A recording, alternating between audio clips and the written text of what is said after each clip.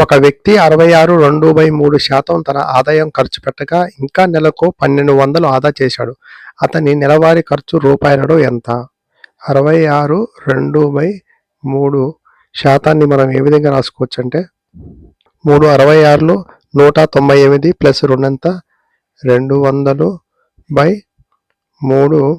Into ఈ percentage ఇక్కడ మనం 100 అని రాసుకోవచ్చు. ఈ 2 సున్నాకి ఈ 2 సున్నా క్యాన్సిల్ అయితే 2/3 ఇది శాలరీ, ఇది ఖర్చు. ఈ రెండింటి మధ్య డిఫరెన్స్ ఎంత ఉంది? 1 పార్ట్ మనం 1200 అనుకుంటే ఇక్కడ ఖర్చు ఎంత అని అడిగాడు. 2 పార్ట్స్ ఎంత అడుగుతున్నాడు. 2 పార్ట్స్ ఎంత అంటే 2 × 1200 ఎంత వస్తుంది? 2400. ఆన్సర్ 2400.